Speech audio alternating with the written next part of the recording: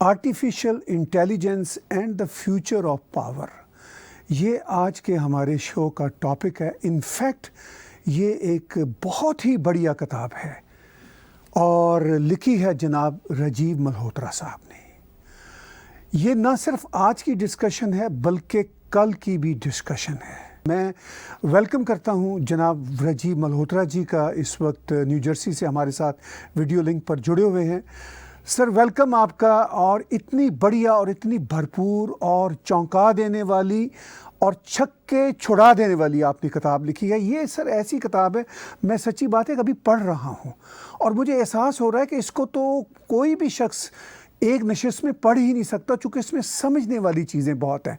Sir सबसे पहले बहुत बहुत बधाई कि आपने इतनी बढ़िया किताब लिखी पूरी दुनिया के लिए और ख़ास तौर पर हम भारतीयों के लिए। सर इस किताब को लिखने का ख्याल कैसे आया आपको? धन्यवाद and namaste to everybody. I am glad to be in your show again. पहले भी एक दो बार आ चुका हूँ। तो मैं ये जो पुस्तक है, ये आर्टिफिशियल इंटेलिजेंस मेरा सब्जेक्ट 50 साल से रहा है, क्योंकि मैं जब अमेरिका आया फिजिक्स में पीएचडी करने के लिए आया, तो फिर मैं फिजिक्स से ट्रांसफ़र करके कंप्यूटर साइंस में चला गया। तो वहाँ पर मेरी स्पेशलिटी थी आर्टिफिशियल इंटेलिजेंस। उस ज़माने में आर्टिफिशियल इंटेलिजेंस बहुत मतलब इतनी बड़ी बात नहीं थी, बहुत बिगिनिंग स्टेज में थी। तो अब तो बहुत ही आगे चली गई है। तो उस ज़माने से मेरा इंटरेस्ट तो रहा है, प्रोफेशनल इंटरेस्ट भी था। लेकिन पिछले 28-27 साल में मैं वो काम छोड़कर अपनी फाउंडेशन चलाने शुरू कर दिया। और जब मेरी फाउंडेशन चली तो वहाँ पर कल्चर, हिस्ट्री, फेथ, स्पिरिचुअलिटी, इन चीज़ों पर मेरा फोकस था। इन चीज़ों पर हमारा ज़्यादा भाव था। तो फिर हमने आर्टिफिशियल इंटेलिजेंस का कुछ बात नहीं की, कुछ जिक्र नहीं किया। लेकिन 5 साल हुए, हमने एआई के बारे में दोबारा रिसर्च शुरू की। और टेक्निकल तरीके से नहीं, ये पुस्तक टेक्नोलॉजी की नहीं है। इस पुस्तक में आपको हम ये नहीं सिखाएंगे कि आप कैसे प्रोग्राम लिख सकते हैं, ये बात नहीं है। टेक्नोलॉजी की बात ही नहीं है इसमें। थोड़ी टेक्नोलॉजी की जो टर्मिनोलॉजी है वो हम आम आदमी को सिखाना चाहते हैं। लेकिन इसमें खूबी ये है कि हम इस आर्टिफिशियल इंटेलिजेंस का दुनिया पर क्या असर होगा, कल्चर पर क्या होगा, सोसाइटी पर क्या होगा, पॉलिटिक्स पर क्या होगा, ग्लोबलाइजेशन पर क्या होगा, कॉलोनाइजेशन पर क्या होगा, इन चीज़ों पर ये ब्रेकिंग इंडिया पर क्या असर होगा, इन चीज़ों के बारे में ये पुस्तक है। सर आपने बिल्कुल दुरुस्त कहा कि ये किताब एक्चुअली हमें समझने में मदद देती है कि भारत सोशो इकोनॉमिक सिचुएशन में, डिफेंस की सिचुएशन में और पॉलिटिकल सिनेरियो में आर्टिफिशियल इंटेलिजेंस के लेवल पे कहाँ खड़ा है। आपकी किताब हमें battle for jobs, the battle for world domination, the battle for agencies, the battle for self, उसके साथ साथ सर जो बैटल ग्राउंड फॉर इंडिया है वो भी बहुत इम्पॉर्टेंट है। सर आप ये बताइए कि आपने अपनी किताब में बिल्कुल खुल के कहा कि भारत की जो कॉम्प्लेक्स पॉलिटिकल सिचुएशन है, जो ओवर पॉपुलेटेड होना है और टेक्नोलॉजी के मुकाबले में चीन से बहुत पीछे रहना है, ये इस किताब में एक बहुत बड़ा उस पर ओवरवेलमिंग डिस्कशन है। आप इसको कैसे देखते हैं सर? मैं ये देखता हूँ कि देखिए, भारत में जो सॉफ्टवेयर वाले लोग हैं बहुत हैं। दुनिया के नंबर 1 नंबर 2 हैं अमेरिकन और इंडियन सॉफ्टवेयर टेक्नोलॉजी के लोग। और इंडिया को सॉफ्टवेयर सुपर पावर कहा गया है। लेकिन वो जो सुपर पावर है वो नंबर ऑफ पीपल है, ब्रेन्स भी बहुत हैं। पर जो टेक्नोलॉजी बनाई थी सॉफ्टवेयर लोगों ने, वो इंडिया के लिए नहीं बनाई, वो अमेरिका के लिए बनाई। वो मेड इन जो आत्मनिर्भर होता है, वो तो इंडिया शुड हैव टेक्नोलॉजी। जो इंटेलेक्चुअल प्रॉपर्टी है वो तो इंडिया की होनी चाहिए। इंडिया ने दिमाग लोगों का बेचा, इंडिया ने अपने सॉफ्टवेयर वालों का दिमाग किराए पर बेचा अमेरिकन्स को। और उसका नतीजा ये हुआ कि अमेरिकन्स ने कहाँ की टेक्नोलॉजी निकाली।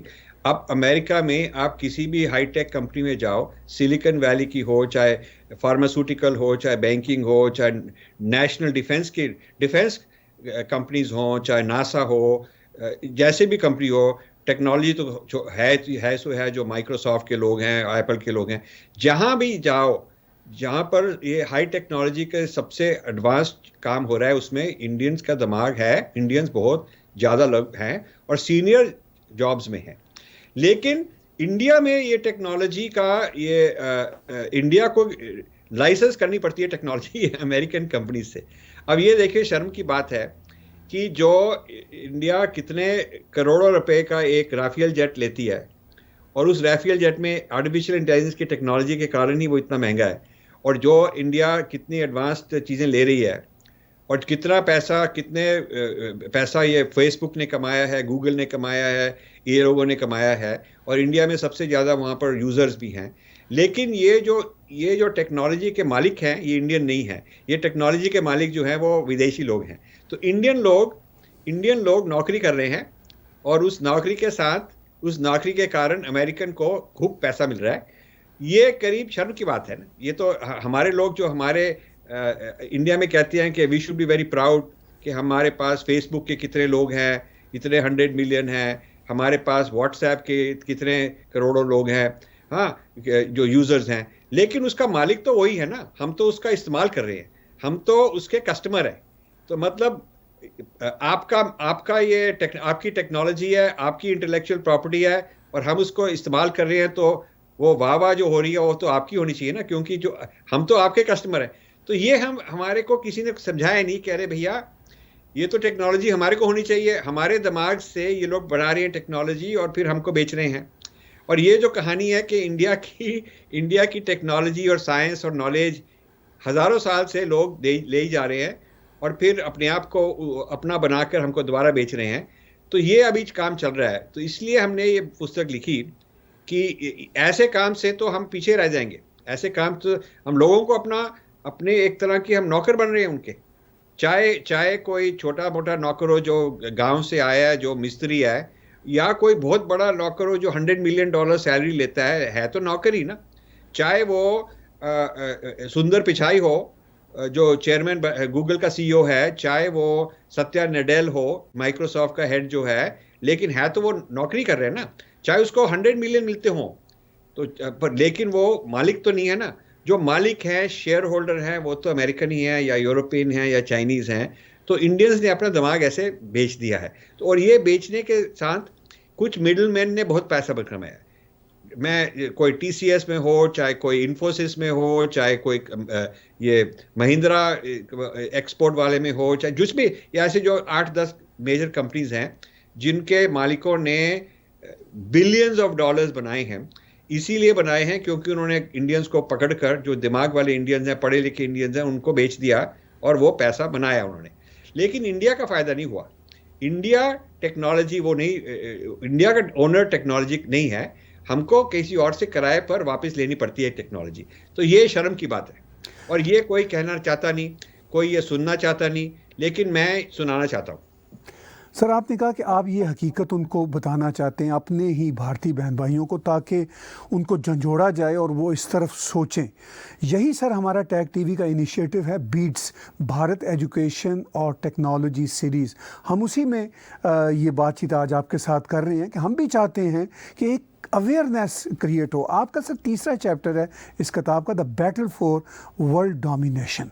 उसमें आपने बताया कि किस तरह आर्टिफिशियल इंटेलिजेंस और टेक्नोलॉजी की ये जो नई दुनिया है अमेरिका से निकली, और चाइना इसमें कितना आगे निकल गया। हालांकि ये उनकी तो नहीं थी टेक्नोलॉजी, मगर वो आगे निकल गया। फिर आप अभी कह रहे हैं, और इस बुक में भी आपने खुल कर लिखा, कि भारतीय एक स्किल लेबर के तौर पर यूज़ हुए, या उन्होंने अपने आप को यूज़ करने दिया। तो कैसे सर वो इस ऑनरशिप को ले सकते हैं या क्रिएट कर सकते हैं? देखिए, पहले तो बीमारी को क्योर करने के पहले उसका अच्छी तरह से डायग्नोज होना चाहिए कि ये डायग्नोज है, उसका इलाज फिर निकलेगा। तो डायग्नोज में आपको देखना चाहिए कि चाइना वालों ने, देखिए सॉफ्टवेयर सुपर पावर तो इंडिया का, चाइना नहीं था। और हमको कहा गया था कि जो हम इंग्लिश लैंग्वेज जानते हैं तो हमारा फ़ायदा है, चाइनीज़ को इंग्लिश आती नहीं, तो चाइनीज़ ये काम नहीं कर सकेंगे, क्योंकि जो सॉफ्टवेयर है, सॉफ्टवेयर इंडस्ट्री तो इंग्लिश में चलती है। हमको तो ये कहा गया था। हमको ये भी कहा गया था कि इंग्लिश जो इंडियंस हैं वो बड़ी अच्छी तरह सिमुलेट करते हैं, सारी वर्ल्ड में सिमुलेट हो जाते हैं, उनके इंटरपर्सनल स्किल्स ज़्यादा है, और हमको ये भी कहा था डेमोक्रेसी है तो उसका भी हमें फ़ायदा होगा। तो हमको तो ये सब कुछ कहा गया था। लेकिन चाइना में एक खूबियाँ नहीं है, वो डेमोक्रेसी भी नहीं है, वो इंग्लिश भी नहीं जानते ये तो, और वो सॉफ्टवेयर सुपर पावर भी नहीं थे। अब वो हमारे से 10 साल आगे बढ़ गए हैं आर्टिफिशियल इंटेलिजेंस में। अब ये बात हमारे हमारे जो नीति आयोग वाले हैं या हमारे जो लीडर हैं, जो सारी जगह यहाँ वहाँ जाके यूट्यूब चैनल चलाई हैं किन लोगों ने, जो मंथन करते हैं, ये लिटरेरी फेस्टिवल्स करते हैं, जो मीडिया वाले हैं, अब उनको समझाना चाहिए कि अरे भैया आप लोग सो रहे थे क्या? आप ये एकदम कैसे बात होगी, आप लोगों को क्यों नहीं जानकारी? और मैं ये भी कहना चाहता हूं कि पिछले 5 साल मैंने जाके कई लोगों को of the record, of without camera, मैंने बहुत लोगों को समझाने की कोशिश की, लेकिन कोई ज़्यादा लोग समझने वाले नहीं हैं, बिकॉज वो खाने पीने में लगे हुए हैं, म्यूजिक मस्ती में लगे हुए हैं, या किसी और को गाली देने में लगे हैं, और आपस में लड़ने के लिए लगे हैं। उनको ये चीज़ पहचानने में बहुत देर लग रही है, और इसीलिए मैंने ये पुस्तक लिखी। अब ये जो चाइना वाले लोग हैं, चाइना वाले लोग बहुत चालाक हैं। उन्होंने अमेरिकन से काफ़ी कुछ तो चोरी किया, काफ़ी कुछ चोरी किया, लेकिन आप ये नहीं कह सकते चाइना ने कुछ अपने ओरिजिनल नहीं निकाला। चाइना ने अपनी ओरिजिनल रिसर्च भी बहुत की है। चाइना ने अब आर्टिफिशियल इंटेलिजेंस में बहुत सारे पैटर्न्स निकाले हैं। चाइना के जो पैटर्न्स हैं वो नंबर 1 नंबर 2 के करीब है, या वो कुछ एरियाज में अमेरिका से थोड़ा आगे है या इक्वल है, कुछ एरिया में थोड़ा पीछे है। लेकिन कोई ऐसी बात नहीं कि वो बहुत ही ज़्यादा पीछे हो, ज़्यादा पीछे नहीं है, थोड़ा सा ही पीछे है। तो इसलिए ये हमको ध्यान करना चाहिए कि ये कैसे हुआ कि जो इंडिया आगे था अब चाइना आगे चला गया एकदम। तो ये छोटी बात नहीं है। ये चाइना ने ये कोई सीक्रेटली नहीं कहा। आज से 12-15 साल पहले चाइना ने खुलकर अनाउंस किया कि बाय द ईयर 2025 जो आने वाला है, China will be number 1 in the world in artificial intelligence. ये उन्होंने कह दिया कि हम तो ये करने को, उन्होंने कहा कि हम सोलर एनर्जी में नंबर 1 होंगे, वो हो गए, रोबोटिक्स में नंबर 1 होंगे, ड्रोन्स में नंबर 1 होंगे, हो गए, ये इलेक्ट्रिक व्हीकल्स के जो लिथियम आयन बैटरी है उसमें हम नंबर 1 होंगे, उनके पास 50% मार्केट शेयर हो गया। तो उन्होंने लॉन्ग टर्म बेट्स की। इंडिया में जो गवर्नमेंट ने लॉन्ग टर्म बेट्स नहीं की, गवर्नमेंट ने तो जुगाड़ किया, अब इलेक्शन लड़ना है, अब ये करना है, वो करना है। लेकिन जो प्राइवेट इंडस्ट्री के लोग हैं उन्होंने भी शॉर्ट टर्म थिंकिंग की कि अब ये लोगों को आउटसोर्सिंग करते जाओ और पैसे बनाते जाओ, तो रिस्क क्यों लो और लॉन्ग टर्म 10 साल की बेट क्यों लगाओ। चाइना मेड 10 ईयर बेट्स, मतलब ऐसी चीज़ों में इन्वेस्ट किया जिसका 10 साल इन्वेस्ट करना है, फिर उसके बाद वर्ल्ड में नंबर 1 बन जाएंगे। ऐसी चीज़ों में उन्होंने इन्वेस्ट किया, और 1-2 चीज़ें नहीं, 8-10 चीज़ों में, बहुत टॉप टेक्नोलॉजी के एरियाज हैं जो सब आर्टिफिशियल इंटेलिजेंस के साथ जुड़ते हैं। तो उनमें उन्होंने ये 10 साल पहले, उससे भी पहले, उनमें ये इन्वेस्ट करना बहुत शुरू किया। तो जब वो फैक्ट्री वर्कर को किराए पर देते थे अमेरिकन कंपनी को, समझो जैसे हम सॉफ्टवेयर लोगों को किराए पर देते हैं अमेरिकन कंपनी को, तो उसी तरह से उन्होंने फैक्ट्री वर्कर को किराए पर दिया मैन्युफैक्चरिंग के लिए। तो जो उसका प्रॉफिट बनता था उससे करीब ऑलमोस्ट 50% वो इन्वेस्ट करते थे लॉन्ग टर्म, जो लॉन्ग टर्म टेक्नोलॉजी है उसमें। और हम इन्वेस्ट लॉन्ग टर्म में करने की जगह हम मौज उड़ाते थे कि हम बिलियनर बन गए हैं, अब हमारे पास 20 फ्लोर की बिल्डिंग है, हमारे पास प्राइवेट जेट है, हम सारी दुनिया में हम बड़े फेमस हो गए हैं। तो हमको ये शोशागिरी और मौज मस्ती, मेला इस चीज़ में हम लगे। तो वो चाइनीज़ बड़े चालाक थे, उन्होंने कहा कि चलो अभी कुछ देर ऐसे मत करो, पैसा बनाओ और पैसे को बड़ी अच्छी तरह से इन्वेस्ट करो और चोरी भी ध्यान से करो, और फिर जब एक बार हम आगे निकल जाएंगे फिर हम हल्ला करेंगे। तो ये जो खेल है, ये खेल चाइनीज कर सके बिकॉज उनको इलेक्शन नहीं लड़ना, किसी को क्या कुछ इंप्रेस नहीं करना, किसी की वोट नहीं लेनी, तो वो तो डंडे के साथ भी लोगों को चला सकते थे। तो ये जो प्रॉब्लम्स हमारे पास हैं, ये इतने आसान सॉल्व करने के नहीं है। ये प्रॉब्लम बहुत ही गहरे प्रॉब्लम्स हैं। इसके लिए हमको जुगाड़ नहीं करना, कुछ देखना है अपनी पॉलिटिक्स कैसी है, हमारी सोसाइटी कैसी है, हमारे लीडर्स कैसे हैं, एजुकेशन सिस्टम कैसा है, ये सबका स्ट्रेटजी बनानी होगी। आपने कहा कि ये कोई आसान मसाइल नहीं है, हमें इनका हल निकालना है। लेकिन जब मैं भारत में अपने दोस्तों से बात करता हूँ जो साइंस और टेक्नोलॉजी में भी हैं, पॉलिटिक्स में भी हैं, तो वो कहते हैं कि हमें कोई चाइना की फ़िक्र नहीं होनी चाहिए, हमें इवन अमेरिका की भी फ़िक्र नहीं होनी चाहिए, हम अपने तौर पर ही बहुत आगे निकल जाएंगे। तो कैसे होगा सर? फिर आगे निकल जाएंगे तो आप मिलिट्री वालों से बात कीजिए। मैं इंडिया में जो मिलिट्री वाले हैं वो समझ गए सारा कुछ। मिलिट्री वाले ऐसे बात नहीं करें। मिलिट्री वाले कह रहे हैं कि हमको आगे अभी बहुत आगे काम करना है क्योंकि हम पीछे रह गए हैं। तो फिर हम राफेल जेट क्यों ले रहे हैं? अब हमारा ये जो M1A टैंक बना है, अभी जो रिपब्लिक डे में निकला था, उसकी उन्होंने 110-20 टैंक खरीदे हैं आर्मी ने। लेकिन वो आर्मी रशिया के 1000 टैंक खरीदना चाहते हैं। क्यों? हमारे अपने बने हुए 100 टैंक खरीदेंगे, रशिया के बने हुए 1000 टैंक खरीदेंगे, क्यों? क्या बात है?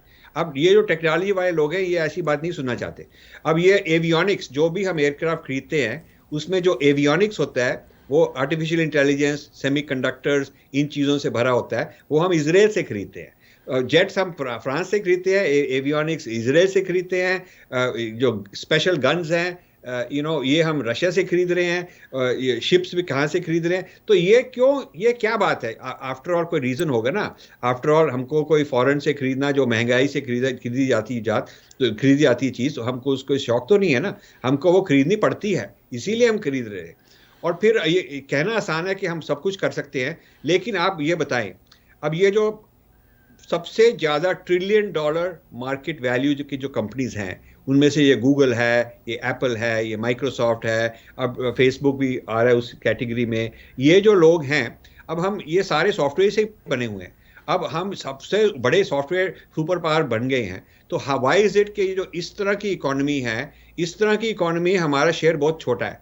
और हमारा शेयर, हमारे जो बड़े बड़े कंपनीज भी हैं, उसमें जैसे TCS है, इन्फोसिस है, जो कंपनीज हैं, वो इंटेलेक्चुअल प्रॉपर्टी की कंपनीज नहीं है, वो तो लोगों को किराए में देने के लिए, किराए में बेचने के लिए कंपनीज हैं। वो सर्विस कंपनीज हैं। सर्विस तो मतलब वो किसी चीज़ का वो मालिक नहीं है। वो उनका जो क्लाइंट है ना, जिसकी सर्विस करते हैं, जिसकी नौकरी करते हैं, वो क्लाइंट की टेक्नोलॉजी है। इस तरह आप किसी के घर जाके जमादार हो, लेकिन बहुत खुश हो कि मैं क्या से बच्चे महल का जमादार हूं, पर हो तो जमादार ही ना, महल का मालिक तो नहीं ना हो। जो गाड़ी चलाता है और जो गाड़ी का मालिक है, वो अलग है।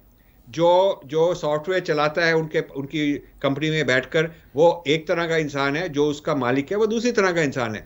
तो ऐसे तो इंडियन लेबर तो मिडिल ईस्ट में भी है। मिडिल ईस्ट में जाके कितने इंडियन वहाँ गए हैं, लेकिन मालिक तो नहीं ना है। मालिक तो अरब लोग हैं, मालिक हैं अरब लोग, और इंडियन लोग उनकी नौकरी करते हैं, चाहे हाई लेवल पर करें चाहे लो लेवल पर करें। पर ये नहीं भूलना चाहिए कि हम उनकी नौकरी कर रहे हैं। सो जो इंडिया में बहुत खुश है कि हमारे पास साइंस बहुत है, टेक्नोलॉजी बहुत है, लेकिन वो मालिक नहीं है। तो सर, कैसे मलकियत ली जा सकती है, कैसे काम किया जा सकता है? ये तो आपने अपनी बुक में बता दिया, हमें अंदाज़ा हो गया कि वाकई ही हम पीछे हैं, बहुत पीछे हैं। चाइना से देखें, वेस्टर्न वर्ल्ड से देखें, तो हमें एट पार भी तो आना है। कैसे आ सकते हैं सर?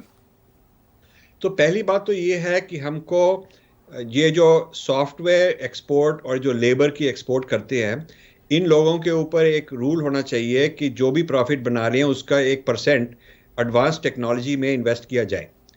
जेब में डालकर मौज मूज करने के लिए प्रॉफिट नहीं होना चाहिए। उसका जो जितना आपने 10 रुपए प्रॉफिट बनाया, तो उसमें से 3, 4, 5 रुपए आपको इन्वेस्ट करने चाहिए जो फ्यूचर टेक्नोलॉजी है। जो टेक्नोलॉजी 2025 और 2030 के बीच में काम आएगी, उसके ऊपर आप अभी इन्वेस्ट करना शुरू कीजिए। और थोड़े बहुत 2-3% नहीं चलेंगे, आपको काफ़ी ज़्यादा इन्वेस्ट उसमें करना पड़ेगा।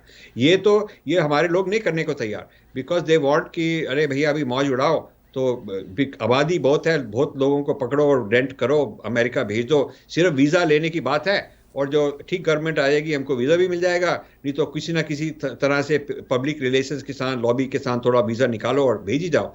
ये उनको छोड़ना चाहिए, बिकॉज दिस इज़ नॉट, ये तो शॉर्ट टर्म के लिए ठीक है। शॉर्ट टर्म के लिए आज से 20-25 साल ये ठीक था, पहले ठीक था, क्योंकि हमको लोगों को ट्रेनिंग करनी थी। हमारे लोगों को सॉफ्टवेयर नहीं आता था, तो हमने ट्रेनिंग कर दी। अब तो ट्रेनिंग हो चुकी है ना, अब तो हमारे लोगों को आता है। तो now we should be investing in technology ownership, intellectual property, patents. हमारे को पैटेंट लेने चाहिए, और इसमें गवर्नमेंट का बहुत हाथ है। अब देखिए, अमेरिका में जब मैं आया, मेरे को ये बहुत, आई वॉज वेरी इम्प्रेस, मेरे को बहुत हैरानी हुई और मैं इम्प्रेस भी हुआ कि जो मेरे प्रोफेसर थे कंप्यूटर साइंस में, वो सब, उनको पेंटागन में ग्रांट मिला हुआ था। हाँ, डिफेंस डिपार्टमेंट में ग्रांट मिला हुआ था। मुझे भी सिक्योरिटी क्लियरेंस लगवाई ताकि मैं भी उनके साथ पेंटागन में जा सकूं। और जो स्टूडेंट है, जो उसका प्रोफेसर ऐसे फ्यूचर प्रोजेक्ट्स में लगा हुआ है, उसको भी बड़ा, ही इज़ वेरी इम्प्रेस्ड कि भी देखिए, मैं ऐसे करियर में हूँ, मैं ऐसे यूनिवर्सिटी में हूँ जहाँ पर हम लोग बड़े फ्यूचर की काम कर रहे हैं। इंडिया में जो डिफेंस डिपार्टमेंट रिसर्च हो रही है वो अलग है, और जो एकेडमिक वाले लोग हैं वो अलग हैं। और एकेडमिक लोगों को जोड़ना चाहिए डिफेंस रिसर्च में, ताकि वो जो यंग स्टूडेंट्स हैं वो इंस्पायर हों अपने कंट्री के लिए रिसर्च करने के लिए, ताकि जब वो पढ़ लिखें तो वहां जाके नौकरी मिले उनको। ये नहीं कि वो अमेरिका भाग जाएं, क्योंकि उनको वहां पर तो कोई रिसर्च की अपॉर्चुनिटी नहीं मिली। इंडिया में education is more about teaching not research. जो यूनिवर्सिटी एजुकेशन है वो रिसर्च के लिए नहीं है, वो सिर्फ टीचिंग के लिए है और पॉलिटिक्स के लिए। कैंपस में पॉलिटिक्स, मारो मूडो, उसको लेफ्ट विंग ने राइट विंग को कहा, राइट विंग ने लेफ्ट विंग को कहा, आपस में मार कुटाई होती रहती है। रिसर्च का क्या, रिसर्च है ही नहीं। तो वहां पर Indian universities should become centres of research, और ये जो रिसर्च सेंटर्स हैं they should be connected with defence. ये तो अमेरिका में हो रहा है, क्योंकि अमेरिका में यूनिवर्सिटी वाले प्रोफेसर और गवर्नमेंट रिसर्च वाले जुड़े हुए हैं। तीसरा पार्ट है इंडस्ट्री का रिसर्च। मेरे को इतनी हैरानी हुई जब मैं यूएसए में आया, और पिछले 50 साल में देखता जा रहा हूँ ये, कि जो इंडस्ट्री वाले हैं वो एकेडमिक लोगों को ग्रांट देते हैं कि आप लोग अपने स्टूडेंट्स के साथ मिलकर ये रिसर्च करो, चाहे फार्मास्यूटिकल हो, चाहे कंप्यूटर रिसर्च हो, इन चीज़ों में रिसर्च कराते हैं। तो जो स्टूडेंट्स हैं वो कुछ तो इंडस्ट्री ग्रांट में उनको जुड़ना पड़ता है, कुछ उनको डिफेंस में जुड़ना पड़ता है as students, while being students. को पीएचडी कर रहे हैं तो ऐसे ग्रांट बहुत होते हैं। और जो इंडस्ट्री वाले हैं और जो डिफेंस वाले हैं वो भी जुड़े हुए हैं। अब जब आप देखिए मैकडॉनल्ड डगलस है, लॉकहीड मार्टिन है, हाँ, ये कितने the biggest defence companies in the world वो अमेरिकन कंपनीज हैं, और वो सारे यूएस गवर्नमेंट उनको कॉन्ट्रैक्ट देती है। अब ये देखिए, इंडिया में डिफेंस अलग है, इंडस्ट्री अलग है, एकेडमिक अलग है, तीन अलग अलग हैं, जुड़े हुए नहीं है। चाइना में भी जुड़े हुए हैं, अमेरिका में भी जुड़े हुए हैं। अब ये जो बहुत फ्यूचरिस्टिक टेक्नोलॉजी है ये अलग बैठकर नहीं बन सकती, इन तीनों को मिलाकर बनती है, और इन तीनों को इंटीग्रेट करना इंडिया को बहुत इंपॉर्टेंट है। और इंडिया के जो थिंकर्स हैं, स्ट्रैटेजी वाले लोग हैं, वो ये ऐसे नहीं सोच रहे। वो डिफेंस वालों को पैसा देते हैं, डिफेंस अपना बनाती है। इंडस्ट्री वाले बहुत कम रिसर्च करते हैं, इंडियन इंडस्ट्री बहुत ही कम रिसर्च करती है, और जो एकेडमिक वाले हैं वो बहुत ही कम कर रिसर्च करते हैं। तो ये प्रॉब्लम सॉल्व करने के लिए आपको डिफेंस, मतलब गवर्नमेंट साइड, इंडस्ट्री साइड और एकेडमिक साइड, इन तीनों को जोड़ना पड़ेगा। आपने बहुत अच्छी स्ट्रेटजी दी कि इसमें इन्वेस्ट करने की ज़रूरत है, रिसर्च में जोड़ना पड़ेगा डिफेंस को, सरकार को, एकेडेमिया को। और प्राइम मिनिस्टर नरेंद्र मोदी का भी आपने कोट दिया, आपने अपनी किताब के सेकंड पार्ट में उसको यहाँ पे पेश किया। प्राइम मिनिस्टर का कहना है कि we need to make artificial intelligence in India and make artificial intelligence work for India. ये प्राइम मिनिस्टर खुद कहते हैं, और आप भी कहते हैं कि गवर्नमेंट को इसमें बहुत रोल अदा करना चाहिए। तो प्राइम मिनिस्टर के जो अपना कहना है, आपको लगता है कि उस पर अमल ये सरकार कर रही है या कर पाएगी? तो देखिए, ये 2020 में ये चीज़ें शुरू हुई। चाइना ने 15 साल पहले शुरू किया, अमेरिका ने उससे भी पहले, इंडिया ने 2019 में हो रही थी बातें। उसके पहले तो सिर्फ थोड़े बहुत वाइट पेपर लिखे जाते थे। 2019 में फिर थोड़ी सी स्ट्रैटेजी शुरू की। 2020 में इंडिया ने कहा हाँ ये तो बहुत ही सीरियस बात है, तो काफ़ी कॉन्फ्रेंसेस भी की, प्राइम मिनिस्टर मोदी ने भी स्पीच लगाई और स्लोगन लगाए, और ये फाइनेंस मिनिस्टर ने बजट भी लगाया। लेकिन अब ये बहुत रीसेंट काम है ये तो, और ये इसलिए हुआ क्योंकि चाइना के साथ थोड़ी लड़ाई होनी शुरू हुई। तो फिर इंडिया ने देखा कि हम किस चीज़ में पीछे हैं, चाइना किस चीज़ में एडवांस्ड है, उनके वेपन्स कहाँ कहाँ हैं, और फिर इंडिया ने देखा कि उनके जो वेपन्स हैं वो हमारे पास नहीं हैं, तो खरीदने पड़ेंगे तो बहुत महंगे आएंगे। और उनमें क्या खूबी है, एक तो खूबी है आर्टिफिशियल इंटेलिजेंस, हाँ, ये फेशियल रिकग्निशन, हाँ, ये कितनी तरह की चीज़ें जो आर्टिफिशियल इंटेलिजेंस से जुड़ी हुई हैं, ये हमारे पास नहीं है। क्यों नहीं है, होनी चाहिए। तो फिर सडनली पॉलिटिशियंस ने, लीडर्स ने, साइंटिस्ट ने, सब ने एक आर्टिफिशियल इंटेलिजेंस पर अब इंडिया में बहुत ये कॉन्फ्रेंसेस हो रही हैं, अब सब कुछ हो रहा है। लेकिन अभी शुरू हुआ है, और ये किस हद तक ये कर सकेंगे अभी इट्स टू अर्ली। बजट अभी उन्होंने शुरू किए इंडिया में सीरियस लेवल के, लेकिन compare to US and China budget अभी भी बहुत छोटे हैं। अब देखिए, एक ये स्टैनफोर्ड यूनिवर्सिटी ने रिपोर्ट निकाली, ये 1-2 हफ्ते हुए, और इंडिया में बहुत फैली एक उसका पार्ट, ये बात है ना, इंडिया एक ही पार्ट निकाल के बहुत खुश हो जाती है। उसने कहा कि जो स्किल डेवलपमेंट इंडिया बहुत ऊपर है, लेकिन ये सारे अखबारों में, ट्विटर में ये चीज़ आ रही है, लोग बहुत खुश हो गए। लेकिन उस रिपोर्ट में ये भी लिखा है रिसर्च में इंडिया इज नोवेयर, जो एडवांस प्रोडक्ट डेवलपमेंट है उसमें India is nowhere, budgets for futuristic things उसमें India is nowhere. Skill development में अब देखिए, वो हमको शाबाश कहते हैं कि शाबाश आप लोग बहुत स्किल लोगों को दे रहे हैं, उसका मतलब ये है कि आप लोगों को तैयार कर रहे हो, वो जो लोग हैं हमको बेचोगे। मतलब स्किल डेवलप करके वो लोग कहाँ जाएंगे? तो स्किल डेवलप करके वो माइक्रोसॉफ्ट से नौकरी करेंगे, वो गूगल से नौकरी करेंगे, वो एप्पल में नौकरी करेंगे, इन जगह में नौकरी करेंगे, फेसबुक में करेंगे। इस तरह के बहुत लोग हैं, बहुत जगह, नेटफ्लिक्स है, अमेजोन है, यहाँ पर हमारे स्किल डेवलप करके लोगों को भेजेंगे।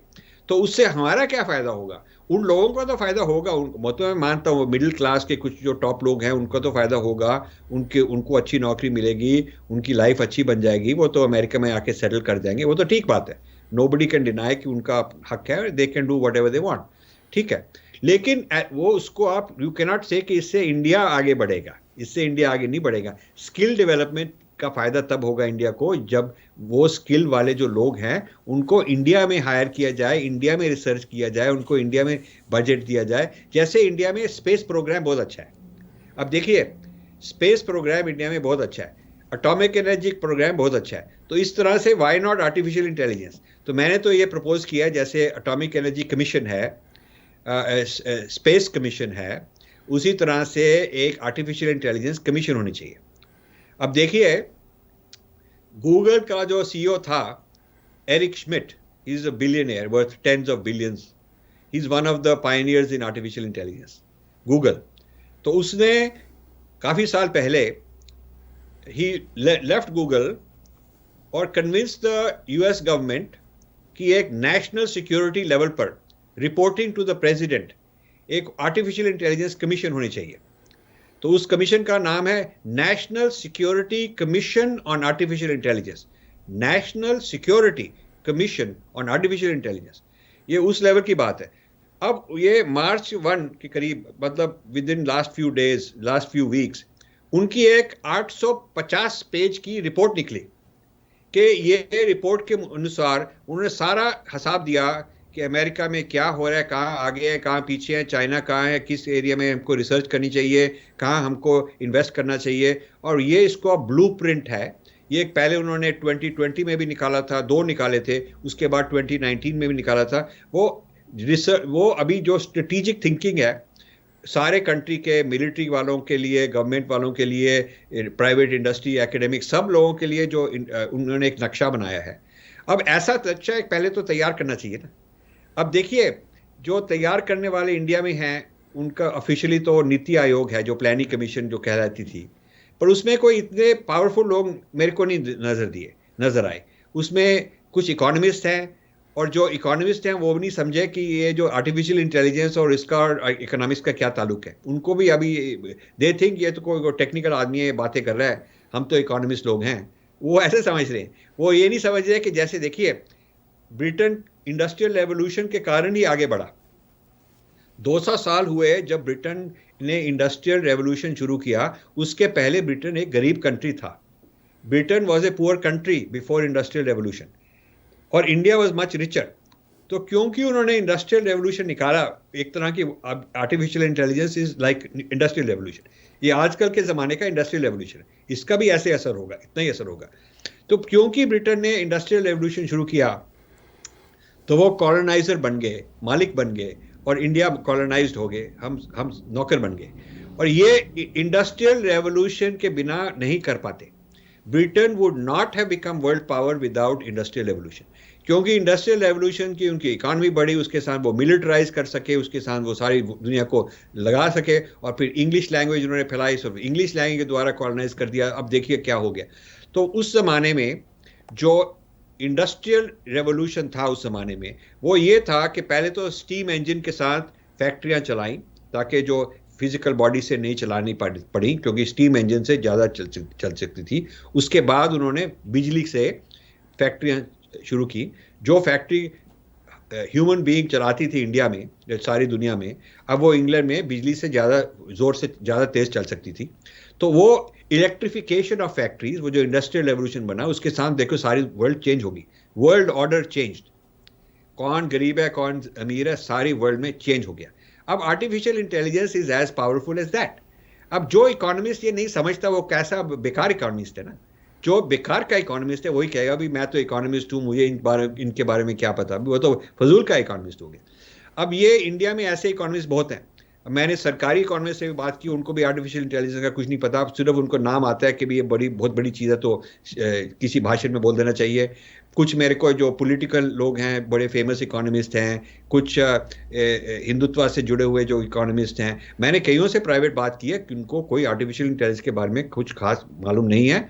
और पिछले 5 साल मैंने उनको समझाने की कोशिश की, उनमें इतना शौक भी नहीं रहा। अब उनको शौक होगा क्योंकि अब मेरी पुस्तक निकल गई है। अब उसके कारण काफ़ी लोग बात कर रहे हैं, काफ़ी बहस कर रहे हैं, काफ़ी ये कंट्रोवर्सी बन रही है, और अब वो लोग उठ रहे हैं, जाग रहे हैं कि भी अरे हमको भी ये एआई के बारे में कुछ समझना चाहिए। सर, आपने अपनी इस किताब के जो दूसरे पार्ट में लिखा बैटल ग्राउंड फॉर इंडिया, उसमें आपने कहा कि टेक्नोलॉजिकल डिपेंडेंसी हो रही है, डिजिटल कॉलोनाइजेशन हो रही है, साइकोलॉजिकल हाईजैकिंग हो रही है। ये बहुत ही इम्पॉर्टेंट एनालिसिस हैं। ये आपके जहन में कैसे आए कि ये तो साइंस की या आर्टिफिशियल इंटेलिजेंस की अपनी स्टडी नहीं है, ये तो उसके साथ जो कॉन्सिक्वेंसेस हैं सोशो पॉलिटिकल वो हैं सारे के सारे। तो आप इतनी डेप्थ में जाते हैं, तो क्या इतनी डेप्थ में आप एक्सपेक्ट करते हैं कि भारत की टॉप जनता जाएगी? तो मैं ये जो हाँ मैं कहता हूँ कि जो एक तो जो इतने लोग सोशल एक्टिविज्म में हैं, हिंदुइज्म की एक्टिविज्म कर रहे हैं, कोई ब्रेकिंग इंडिया के बारे में कर रहे हैं, कोई नेशनलिस्ट हैं, जो भी कर रहे हैं, तो पहले तो उन सब लोगों को ये पढ़ना चाहिए ना, क्योंकि वो तो समझे ना, वो after all they are leaders, वो अपने आप को थॉट लीडर कोई कहते हैं, इंटेलेक्चुअल कहते हैं, तो वो तो पढ़े, हमने तो इतने काम करके रिसर्च करके लिखा, तो वो कम से कम पढ़ तो रहे ना, पढ़ना तो चाहिए ना। तो एक तो वो बात है।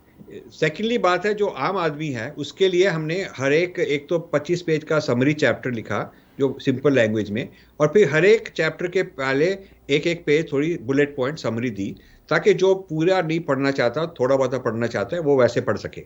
और अभी हमने 50 ये एपिसोड्स किए हैं यूट्यूब और फेसबुक में, 50 हम कर चुके हैं। कोई 1-on-1 इंटरव्यू है जैसे आप कर रहे हैं, किसी में 3-4 लोग पैनलिस्ट हैं, तो ऐसे करते करते करीब मोर देन 100 एक्सपर्ट्स के साथ हम बातचीत कर चुके हैं पिछले 3 महीनों में। ये कितने सारे वीडियोस निकले हैं, हर हफ्ते हम 2-3 वीडियोस निकाल रहे हैं। तो वो इसलिए है क्योंकि कई लोग आधा पौना घंटा 1 घंटे का वीडियो देखेंगे, उसके साथ उनको शौक आएगा, फिर वो जाके पुस्तक पढ़ेंगे। तो कुछ हमने 56 वीडियोस अभी तक निकाले हैं 2-2 मिनट के, 2 मिनट एनिमेटेड एनिमेशन के वीडियो ऑन आर्टिफिशियल इंटेलिजेंस। हर एक टॉपिक में, जो बुक में हर एक चैप्टर में 3-4-5 जो इम्पोर्टेंट सेक्शंस हैं, हर एक सेक्शन के ऊपर एक हमने वीडियो निकाला है 2 मिनट का, वो सीखने के लिए, लोगों को सिखाने के लिए। अब हम वो भी डाल रहे हैं। अब अपनी तरफ से हमने कितना कुछ किया है। अब देखिए, काम तो ये एजुकेशन सिस्टम मिनिस्ट्री का है, ऐसे एजुकेट करें, कल्चर मिनिस्ट्री का है, ये जो ministry of science and technology उनका काम है, ये जो एक्सटर्नल अफेयर्स मिनिस्ट्री है जो सारी दुनिया में जाके और वो अलग अलग तरह के प्रोग्राम्स करते हैं, उनको इसके बारे में कुछ करना चाहिए। तो ये इतने सारे मिनिस्ट्रीज हैं, इतनी सारी रिसोर्सेज हैं गवर्नमेंट को। आरएसएस के पास कितनी रिसोर्सेज हैं, जो हमारे गुरुज हैं उनके पास कितनी रिसोर्सेज हैं, जो मीडिया वाले हैं वो उनके पास कितनी रिसोर्सेज हैं। तो ये सब इतने महान, इतने उनके पास धन है, फॉलोअर्स हैं, क्रेडिबिलिटी है, उनको इतना आदर, उनका इतनी उनकी लोगों ने पूजा की है, एक तरह से उनको आइकॉन बना रखा है। तो ये क्यों नहीं कर पाए, ये क्यों नहीं कर पाए इतने साल? तो प्रॉब्लम इस कि एक इंसान कितना कर सकता है।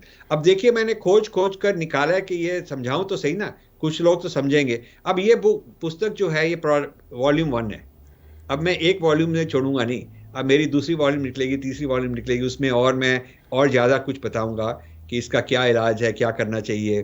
तो अभी तो मतलब मैं 2021 में इस पुस्तक से I am beginning the campaign, एक तरह का। आप अब future of India, the future Wars of India, the future technology, the future of jobs, future, ये सारा कुछ जो है, ये 2020 और 2030 का जो डेकेड है, ये इसके द्वारा होगा। इसके दिस टेक्नोलॉजी विल शेप इसको, ये सारा कुछ इंडिया को शेप करेगा, वर्ल्ड को शेप करेगा। जैसे मैंने बुक लिखी थी ब्रेकिंग इंडिया, वो भी 10 साल पहले लिखी थी, 2010 2011 के करीब मैंने लेक्चर तो पहले ही शुरू कर दिए थे। तो वो एक सारी डेकेड के लिए, एक सारी फॉर वन फुल डेकेड उसका कितना काम आया, कितने लोगों ने वो पढ़ी और कितने लोगों ने कितने अपनी मूवमेंट शुरू की, मोबिलाइजेशन शुरू की, कैसे कैसे रेनेसांस अवेकनिंग शुरू की, कितने so many people made their intellectual career based on those books. So अब उसी तरह से ये बुक है। अब ये बुक नेक्स्ट 10 इयर्स के लिए बहुत इंपॉर्टेंट है। सर, आपकी इस बुक का जो पहला पार्ट है, जो मेन पार्ट है, 5 बैटल ग्राउंड्स, उसमें हम देखते हैं एल्गोरिदम वर्सेस बीइंग, फिर है overview of artificial intelligence technologies, the battle for jobs, the battle for world domination, the battle for agencies, the battle for self. अब सर, ये जो जॉब्स की सिचुएशन है, सेल्फ की सिचुएशन है, एजेंसीज की जो सिचुएशन है, ये आप भारत में कैसे देखते हैं? इसका रेमेडी कैसे देखते हैं? लिख तो दिया आपने यहाँ पे सारा कुछ। अब देखिए, अब मैं इंडिया जा रहा हूँ, मिडिल अप्रैल में जा रहा हूँ, 2-3 हफ्ते के लिए, mainly to be with my family. My mother is not well, so I will be there in Delhi. लेकिन मेरे 2-3 प्रोग्राम भी होंगे, और यदि कुछ मेरे से प्राइवेटली कुछ कंसल्ट करना चाहते हैं, आई एम अवेलेबल। लेकिन अब इस बार मैं इधर उधर अपने आप भागूंगा नहीं लोगों के पीछे। मैंने वो 5 साल कर लिया। If somebody wants my knowledge, somebody कोई चाहे ऑफिशियल चाहे unofficial, I am available. If they are serious people, if they are very serious people और कुछ काबिल लोग हैं, I will be happy to give them my consultation. मुझे कुछ चाहिए नहीं, मुझे ना नौकरी चाहिए, ना वोटें चाहिए, ना पैसा चाहिए। I am not interested. So I would like to be of use to answer these questions. लेकिन मैं अपनी तरफ से पुस्तकें और लिखूंगा जिसमें और भी तरह की, और भी डिटेल में समझाऊंगा कि ये जो प्रॉब्लम है, ये अब ये प्रॉब्लम समझा दिया, अब इसका क्या क्या करना चाहिए। इसके लिए अभी मैं एक बना रहा हूँ artificial intelligence manifesto for India. Manifesto मतलब क्या क्या उसका डॉक्ट्रिन होना चाहिए, what should be the national policy and ethos for artificial intelligence, मैं ये लिख रहा हूँ। सर, मैंने जैसा कि शुरू में कहा कि इस बुक पे आपके साथ जितनी भी हम बातचीत करें वो कम है, और मेरी ये इच्छा होगी और कोशिश भी होगी और आपसे रिक्वेस्ट भी करते रहेंगे कि हम आने वाले दिनों में और भी बहुत सारे शोज़ करें और डिफरेंट जो एस्पेक्ट्स हैं इस किताब के। अभी तो हमने ओवरऑल डिस्कस किया है। बिल्कुल। आखिर में मैं सर चाहूँगा कि आज की इस डिस्कशन में आप कोई ऐसी बात महसूस करें जो हम मिस कर रहे हों और उसको शामिल करना ज़रूरी समझते हों। तो मैं एक पॉइंट कहना चाहता हूँ, फोकस करना चाहता हूँ कि जो हमारे एक्टिविस्ट हैं, दे आर ऑब्सोलीट। आज के जो एक्टिविस्ट हैं हमारे, वो दे आर बेसिकली, वो जो ब्रेकिंग इंडिया की थीसिस थी उसी के ऊपर चल रहे हैं। उसी के ऊपर उन्होंने कोई माओइस्ट का निकाल दिया, कोई मिशनरी का निकाल दिया, कोई इस्लामिस्ट का निकाल दिया। ये ब्रेकिंग इंडिया की थीसिस से ही सब कुछ निकली हैं चीज़ें। और इसके साथ करीब 50 लोग 100 लोग जो इनकी बहुत बड़ी बड़ी चैनल्स हैं वो चल रहे हैं, बड़े ट्विटर में भी वो बहुत फेमस हो गए हैं।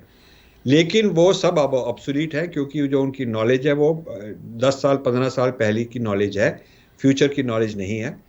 और वो अपने आप को अब समझना उन्होंने शुरू किया कि अब तो हम इतने आगे बढ़ गए, अब हम उसकी राजीव मल्होत्रा की क्या ज़रूरत है, वो तो उससे जो लेना था वो तो ले लिया, अब तो वो चला गया, अब हम आगे हम ही उसके मालिक हो गए। अब मैं उनको ये कहना चाहता हूँ कि आप जो जिस चीज़ को पकड़ के मालिक बन गए हैं वो ऑब्सोलीट हो गई है। अब आपको ब्रेकिंग इंडिया 2.0, जो पहला था वो ब्रेकिंग इंडिया 1.0 था, अब आपको ब्रेकिंग इंडिया 2.0 के बारे में सीखना है। आपको इंटेलेक्चुअल क्षत्रिय 2.0 बनना है।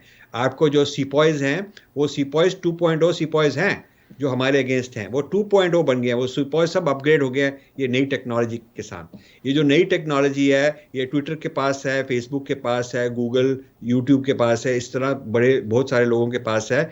और ये टेक्नोलॉजी हम उसके मालिक हम नहीं हैं, वो मालिक हैं। इसको बिग डेटा भी कहते हैं, इसको मशीन लर्निंग भी कहते हैं। और ये क्योंकि हमारे लोग नहीं समझ पाए, हम उनको दे जा रहे हैं अपना डेटा, और वो ये डेटा हमारा डेटा लेकर इसके हमारे बारे में सीख रहे हैं कि ये इंसान कैसा है, ये इंसान कैसा है।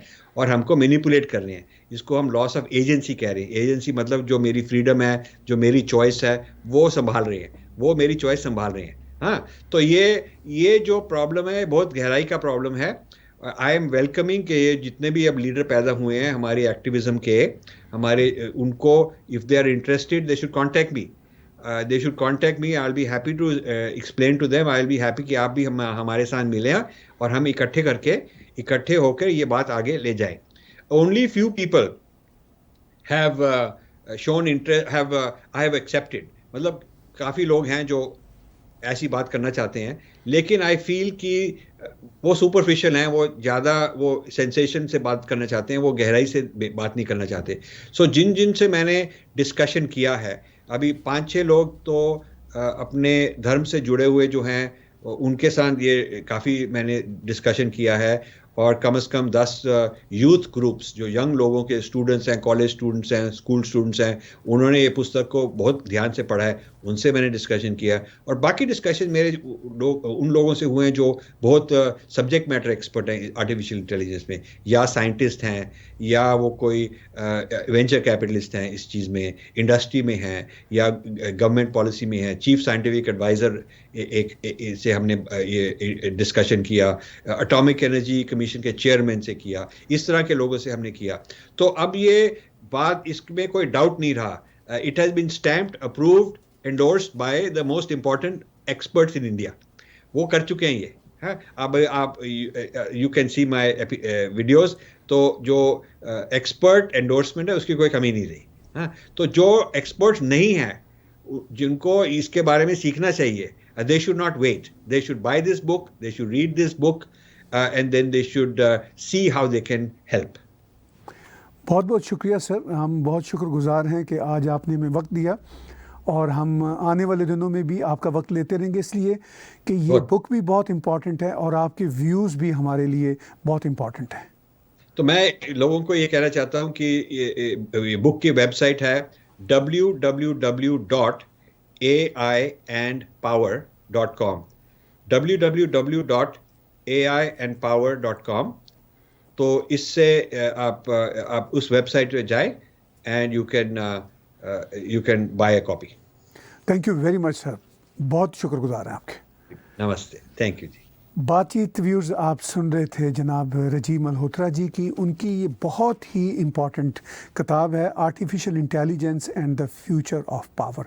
हम यहाँ स्क्रीन पे इस बुक का वेबसाइट का एड्रेस भी लिख रहे हैं, ताकि आप ये किताब किंडल से भी बाय कर सकते हैं, इसकी हार्ड कॉपी भी बाय कर सकते हैं, और ये किताब पढ़ना आपके लिए बहुत इम्पॉर्टेंट है, इसलिए कि ये फ्यूचर ऑफ पावर ही नहीं, ये हमारा और आपका फ्यूचर भी है। आज का तजिया मेरे साथ और रजी मल्होत्रा जी के साथ देखने और सुनने का बहुत शुक्रिया।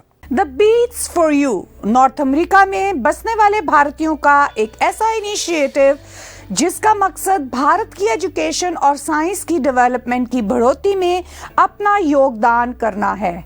भारत की तालीम और साइंस का कंपैरिजन होगा चीन और अमेरिका के साथ। बीट्स में आप देखेंगे talk shows, panel discussions, tutorial videos and documentaries. Subscribe Beats YouTube channel, like Facebook page and Instagram.